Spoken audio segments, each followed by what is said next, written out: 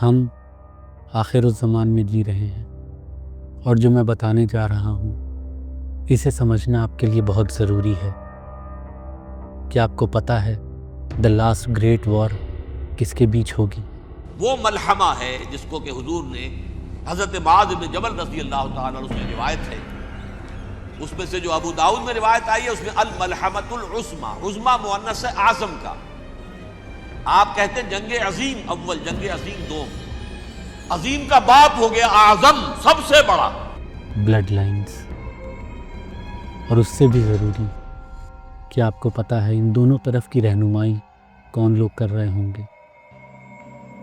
आखिरुज़्ज़मान की जंग आकर टिकी है दो ब्लड लाइन्स यानी दो ख़ानदानों के बीच।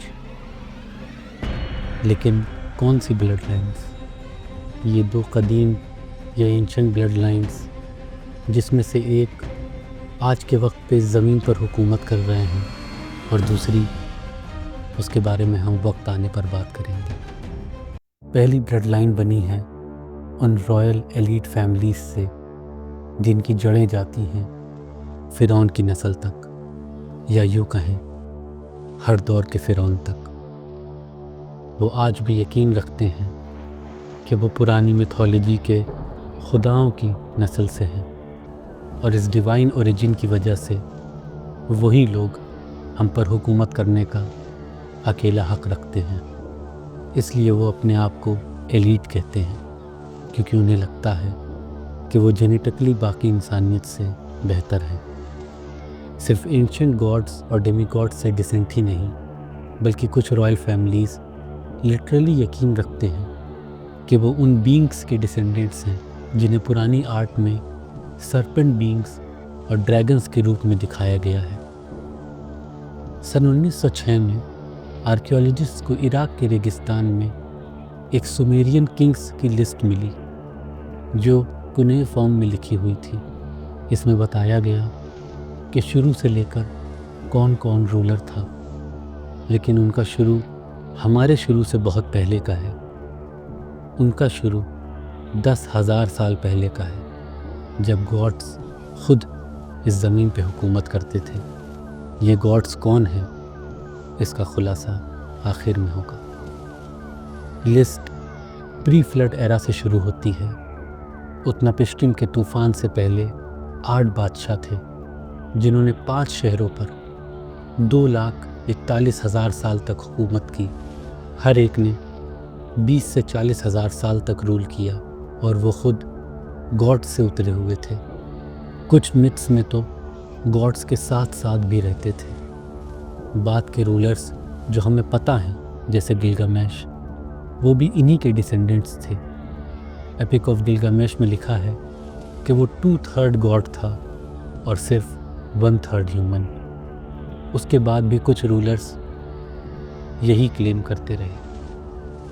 साउथ ईस्ट एशिया में भी वियतनाम में फाउंडिंग रूलर्स ड्रैगन और माउंटेन फेरी के बेटे से उतरे हुए कहलाते हैं। उनके 100 बच्चे हुए, 50 पहाड़ पर, 50 समुंदर में। उन्हीं से रूलिंग डायनेस्टीज शुरू हुई। आज के वियतनामीज़ रॉयल फैमिली ने 19वीं सदी में पावर खो दिया, लेकिन उनके डिसेंडेंट्स अभी भी हैं। नॉर्मल ज़िंदगी जीते हैं, लेकिन लीनिएज ट्रेस हो सकती है उस ड्रैगन वाली शुरुआत तक। चाइना में भी यही स्टोरी है। वहाँ बहुत डायनेस्टीज़ बदली हैं, तो शायद एंशिएंट से डायरेक्ट लाइन ना बची हो, लेकिन एलीट्स के दिमाग में अभी भी है।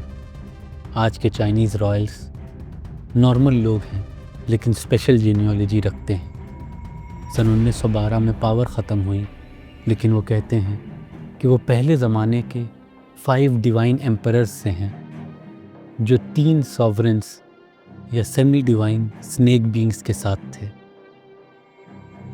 5 एम्परर्स के साथ बहुत ड्रैगन सिंबलिज्म थे। पहला थ्रोन ड्रैगन थ्रोन कहलाता था। कुछ आर्ट में उन्हें सरपेंट जैसी शक्ल दी गई। यूरोप की तरह उनके सिंबल्स में भी ड्रैगन है। जापान में पिक्चर और क्लियर है, क्योंकि वहाँ दुनिया का सबसे पुराना कंटिन्यूस हेरिडिटरी मोनार्की है, यानी एक ऐसी हुकूमत जो बहुत पुरानी है और आज तक कायम है। वो कहते हैं कि उनकी ओरिजिनल लाइन गॉड्स के टाइम से चली आ रही है, डायरेक्ट डिसेंडेंट अमातेरासु के। और वो कौन है? सन गॉडेस।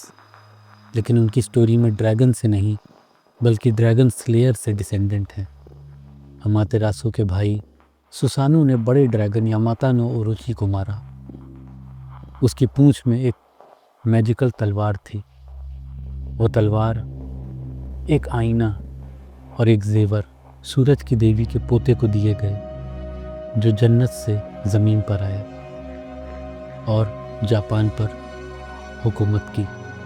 ये 3 चीज़ें आज भी एम्परर के पास हैं, ये कहा जाता है, लेकिन सिर्फ वो ही देख सकता है। सेरेमनी में भी बॉक्सेस बंद रहते हैं। तलवार से हवा और मौसम कंट्रोल होता है, ऐसा कहते हैं। आईने से दिल की सच्चाई दिखती है और जेवर डिवाइन एनर्जी को काम करता है। एक लीजेंड के मुताबिक तलवार 19वीं सदी में एक जहाज़ के साथ डूब गया, तो शायद कोई ढूंढ भी ले। अमेरिका की तरफ चलें तो माया के पास मिथ है। पोपल वू में 2 जरीन भाई डेमी गॉड्स थे जिन्होंने अंडरवर्ल्ड के सरपेंट लॉर्ड्स को हराया। एज़टेक और टोल्टेक की नोबल फैमिलीज़ केट्ज़लकॉट जो कि फेदर्ड सरपेंट गॉड है, उसके ह्यूमन फॉर्म से डिसेंट क्लेम करते हैं। उसकी माँ वर्जिन प्रीस्टेस थी जिसने जेड का मोती निगल लिया और मिरेक्युलस कॉन्सेप्शन हुआ। बहुत सी नोबल फैमिलीज़ उसी सरपेंट गॉड को एंसेस्टर कहती थीं। आज भी शायद मेक्सिको की कुछ फैमिलीज़ में हो। और फाइनली फिरौन, मिस्र यानी इजिप्ट में भी यही बात थी। उनकी भी एंशिएंट किंग लिस्ट थी जो गॉड से शुरू होती थी। ओसाइरस और उसका बेटा होरस पहले 2 फ़ैरो थे। बाद के किंग्स ने क्लेम किया कि वो इन्हीं से हैं। ये लीनिएज रोमन टाइम तक चला, क्लियोपेट्रा 7 तक, जो बहुत ज़्यादा इनब्रिड थी इसी पर्पस के लिए। उसके बाद ये रिकॉर्ड ख़त्म हो गया। उसका बेटा था, लेकिन ऑगस्टस सीज़र ने उसे 17 साल की उम्र में कत्ल कर दिया, तो माना जाता है कि लाइन यहीं ख़त्म हो गई। लेकिन कुछ किस्सों के मुताबिक पहले की इजिप्शियन रॉयल फैमिलीज़ ने दूसरे वक्त में मिस्र छोड़ा। एक किस्सा आयरिश और स्कॉटिश लोर में है कि एक इजिप्शियन क्वीन सी पीपल के हमले के बाद स्कॉटलैंड भाग आई और वहाँ सिविलाइजेशन शुरू की, क्योंकि गैलिक और इजिप्शियन सिविलाइजेशन में कुछ अजीब सिमिलैरिटीज़ भी हैं। तो शायद यहीं से स्कॉटिश या आयरिश रॉयल फैमिली शुरू हुई। इस फिरौनिक ब्लड लाइन ने आगे चलकर बनाया the holy Roman empire. Europe के रॉयल फैमिलीज़ बहुत कॉम्प्लेक्स हैं, सब एक दूसरे से रिलेटेड हैं इंटर मैरिज की वजह से। इनका मकसद था उस ब्लड लाइन को कायम रखना, और फिर उससे इस्टेब्लिश हुई ब्रिटिश रॉयल फैमिली। विंडसर उनका असली नाम नहीं है, ये अडॉप्ट किया गया छुपाने के लिए अपनी असल जड़ों को। 1 फैमिली, 1 ब्लड लाइन, 1 रूल।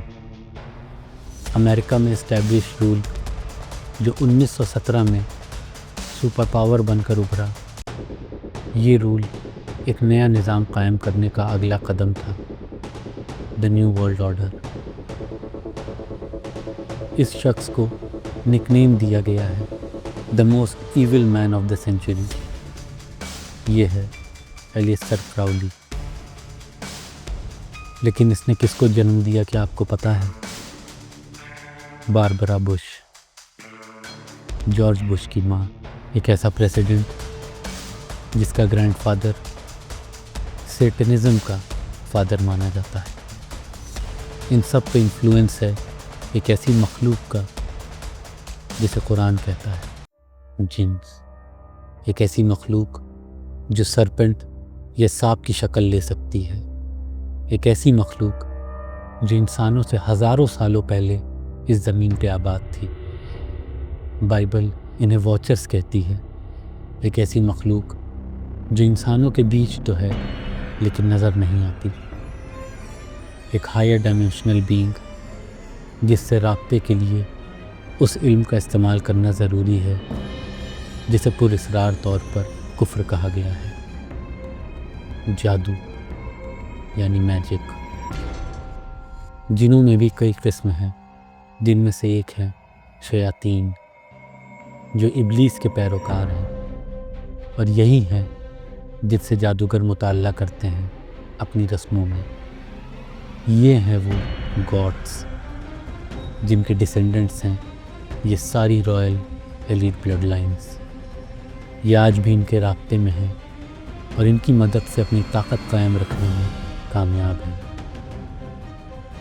जिनों से राब्ता रखने वाली इन एलीट ब्लड लाइन्स को कई नामों से जाना जाता है। Illuminati, free masons, knight templar, rosicrucians, hermetic order of the golden dawn, committee of 300 और सबसे अहम blood lines of the dragon. वो ब्लड लाइन जिसकी ताकत का सोर्स है एक क्रॉस डायमेंशनल स्पीशीज़ और जिसका मकसद है कायम करना एक न्यू वर्ल्ड ऑर्डर जिसके ज़रिए वो निज़ाम बना सके आने वाले एंटी क्राइस्ट या फिर अलमसीह अद-दज्जाल के लिए। इन एलीट फैमिलीज़ में से सबसे ऊपर है मेरोविंगियन।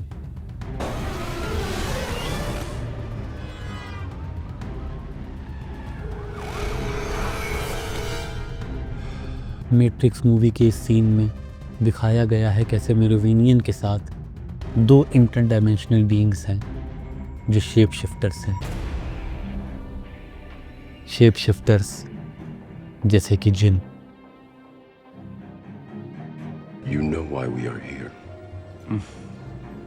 I am a trafficker of information. I know everything I can. The question is, do you know why you are here? We are looking for the Keymaker. लेकिन ये की मेकर है कौन? एक कैरेक्टर जिसके पास चाबियां हैं दरवाजे खोलने की। और ये दरवाजे कौन से हैं? Inter dimensional barriers. इसलिए इन ब्लड लाइन्स को कहा जाता है द गेट कीपर्स। सारे एंशंट वंडर्स बने हैं सिग्निफिकेंट एनर्जी पॉइंट्स पे। ये स्टार एक रिप्रेजेंटेशन है टू डायमेंशनल इंटरसेक्शन का या फिर एक स्टार गेट का, crossing point of dimensions and energies. लेकिन एक स्टार गेट खोलने के लिए ज़रूरी है एक पॉइंट इस ज़मीन पे और दूसरा उस डायमेंशन में जहाँ जाना मना है। ये इल्म हज़ारों सालों से मौजूद है।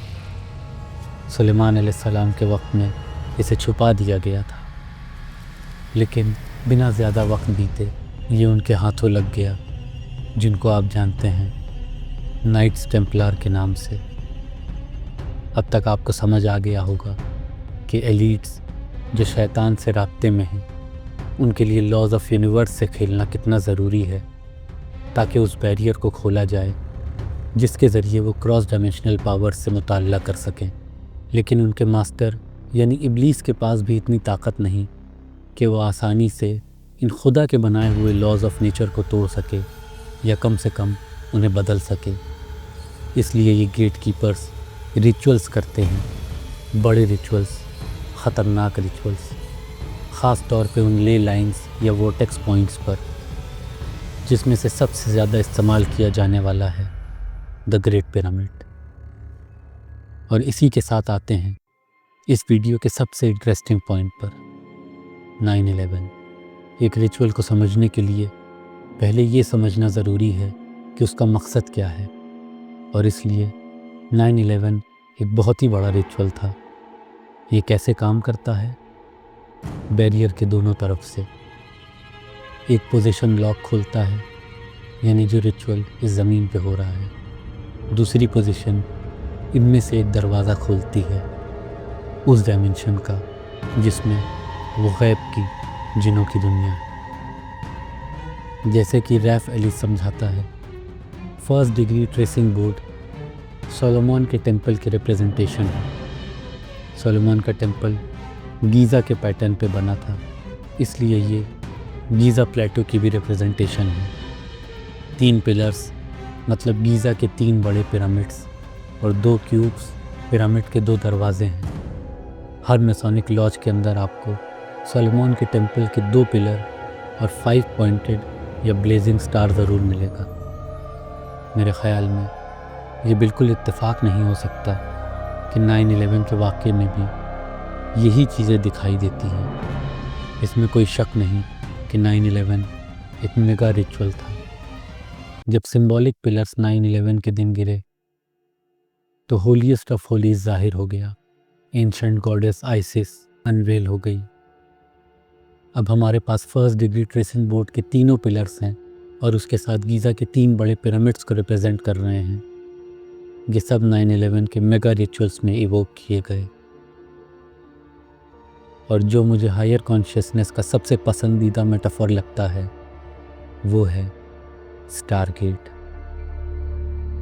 एक ऐसा दरवाज़ा खोलना जो दूसरी डायमेंशन की एक ऐसी मखलूक को रास्ता देती है जो इस ज़मीन पर आकर अल-मसीह अद-दज्जाल के काम को अंजाम देने में मदद करेगा। ये कॉर्पोरेट स्कल्पचर जो ट्विन टावर्स के बीच में खड़ा था, इसका नाम स्फेरिकल कारिएटेड था। आर्टिस्ट फ्रिट्ज कोनिग ने बनाया था और लोग इसे द स्फीयर कहते थे। अर्थ की कॉन्सेंसस लाइब्रेरी एंट्री देखें तो पता चलता है कि कोनिग ने ये बवेरिया में बनाया था, वही जगह जहाँ इल्यूमिनाटी की फाउंडेशन हुई थी। स्फीयर की वर्ल्ड ट्रेड सेंटर प्लाजा पर प्लेसमेंट का सबसे इंटरेस्टिंग फैक्ट ये है कि आर्किटेक्ट मिनोरू यामासाकी ने पूरा प्लाजा ग्रैंड मॉस्क ऑफ मक्का की रिप्रेजेंटेशन बनाया था और स्फीयर ख़ास तौर पर काबा की जगह पर रखा गया था। इसीलिए स्फीयर को वर्ल्ड ट्रेड सेंटर प्लाजा पर हर 24 घंटे में एक चक्कर लगाने के लिए बनाया गया था ताकि वो काबा के गिर्द के प्रोसेशनल रिचुअल्स यानी तवाफ़ की नकल करे। हालांकि इस्लामिक इल्म के मुताबिक न्यूमरोलॉजी में ईमान रखना कुफ्र है, लेकिन जो लोग इन चीज़ों को अंजाम दे रहे हैं वो न्यूमरोलॉजी का इस्तेमाल करते हैं क्योंकि उनके लिए ये बहुत ही अहम है। न्यूमरोलॉजी में देखें तो हम ट्री ऑफ लाइफ देख रहे हैं, ये मैजिशियंस यूज़ करते हैं और मेरा ख़्याल है ये एक एक्स्ट्रा डिमेंशन का मैप है। इस मैप पर 10 स्पॉट्स हैं जिन्हें सेफिरा कहते हैं। एक कबाला का कॉन्सेप्ट। सोलर मैक्सिमम वो वक्त है जब सूरज अपने 11 साल के साइकिल के सबसे बुलंद नुक्ते पर होता है।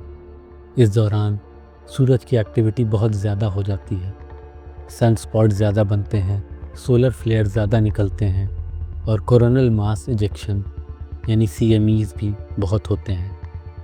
इस ज़्यादा एक्टिविटी की वजह से सूरज के मैग्नेटिक पोल्स उल्टे हो जाते हैं और ये ज़मीन पर सैटेलाइट्स, बिजली के गिर्द और कम्युनिकेशन सिस्टम्स को ख़राब कर सकते हैं। क्या आपको पता है कौन सी फेमस स्पीच दी गई थी एक सोलर मैक्सिमस पर?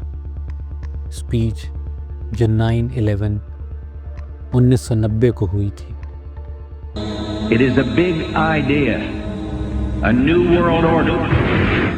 और उसके एग्जैक्टली 11 साल बाद फिर एक सन साइकिल, ये मेगा रिचुअल होता है। लेकिन 11 साल का सोलर मैक्सिमस ही क्यों? क्योंकि सन गॉड एक रिप्रेजेंटेशन है शैतान का। सूरज की इबादत एंशंट सुमेर से चली आ रही है। हर जगह सिंबलिज्म मिलेंगे, हर कल्चर में, हर सिविलाइजेशन में सूरज की इबादत के। और ये शैतान का एक धोखा है, जैसा कि हमें हदीस में मिलता है कि जब सूरज गुरूब होता है या तुलू होता है तो शैतान उसके सामने जाके खड़ा हो जाता है और उसकी 2 सींगों के बीच ये गुरूब या तुलू होता है, जैसा कि हर पेगन रिलीजन में दिखता है। एक गॉडली फिगर के पीछे एक हेलो। जिस तरह से संडे जो चर्च का दिन है वो SON संडे नहीं बल्कि SUN संडे है, सूरज की इबादत का दिन। उसी तरीके से हर सिविलाइजेशन में हमें सूरज की इबादत के निशान मिले हैं जो कि असल में शैतान की इबादत है। 9/11 से 2 साल पहले आई मूवी फाइट क्लब में ये सीन, एक जाइंट स्फीयर को तोड़ने के बाद सारे स्काई स्क्रैपर्स गिरते हैं एक एक करके। 9/11 के बाद एक एक करके जितने भी मुल्क रुकावट बन सकते थे न्यू वर्ल्ड ऑर्डर को कायम करने से रोकने में, उन सब को एक एक करके ख़त्म कर दिया गया। Perfect symbolism. 9/11 के हमले की 2nd एनिवर्सरी पर जॉर्ज बुश ने मिलिट्री स्पेंडिंग में 87 यानी $87 बिलियन ज़्यादा मांगे।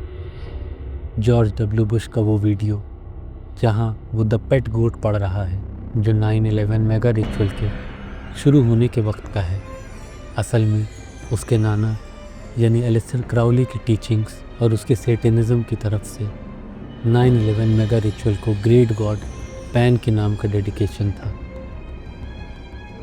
और एक ज़रूरी बात, सेटेनिस्ट हमेशा रिवर्स या अपसाइड डाउन सिंबलिज्म में काम करते हैं, तो बुश किताब को कैसे पढ़ रहा था?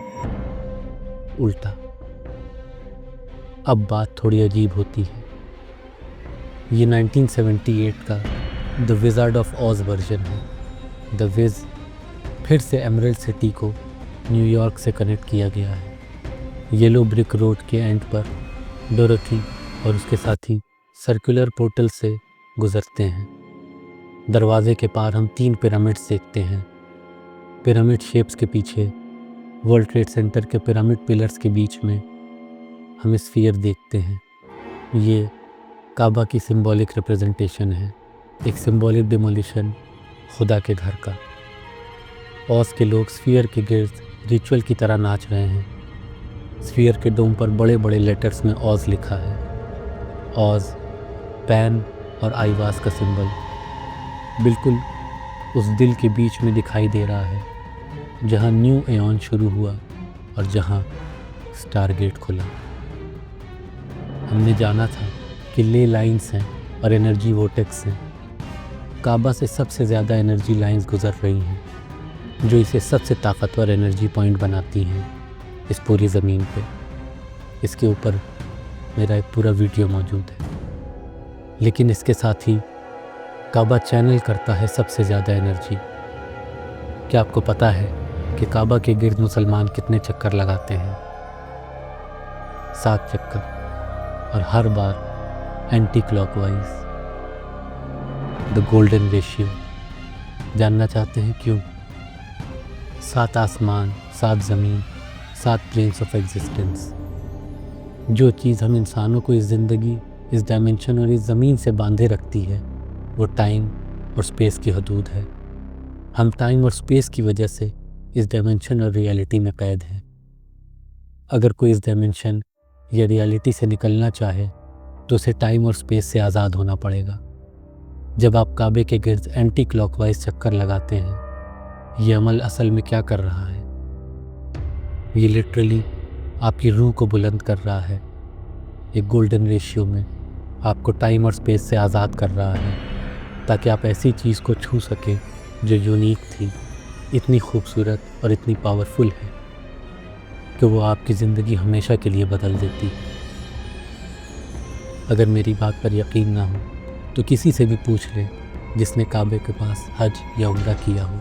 उससे पूछें कि उसने वहाँ कैसा महसूस किया या उसकी ज़िंदगी उसके बाद कैसे बदल गई। तो ये वाज़ेह है कि 9/11 एक मेगा रिचुअल था जिसने दरवाज़ा खोला 2 चीज़ों के लिए।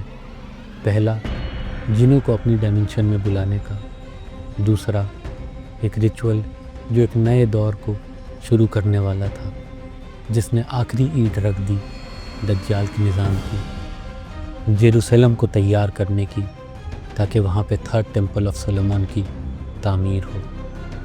अभी और भी कई बातें हैं जो आपको जानना ज़रूरी है, लेकिन उसे हम कवर करेंगे आने वाले वीडियोस में। तब तक के लिए हज़रत अली की एक बात याद रखें। उन्होंने फरमाया, अन्ना सुनियाम फ़ैज़ामातु वंतबह। लोग सो रहे हैं और जब वो मरते हैं उन्हें होश आ जाता है।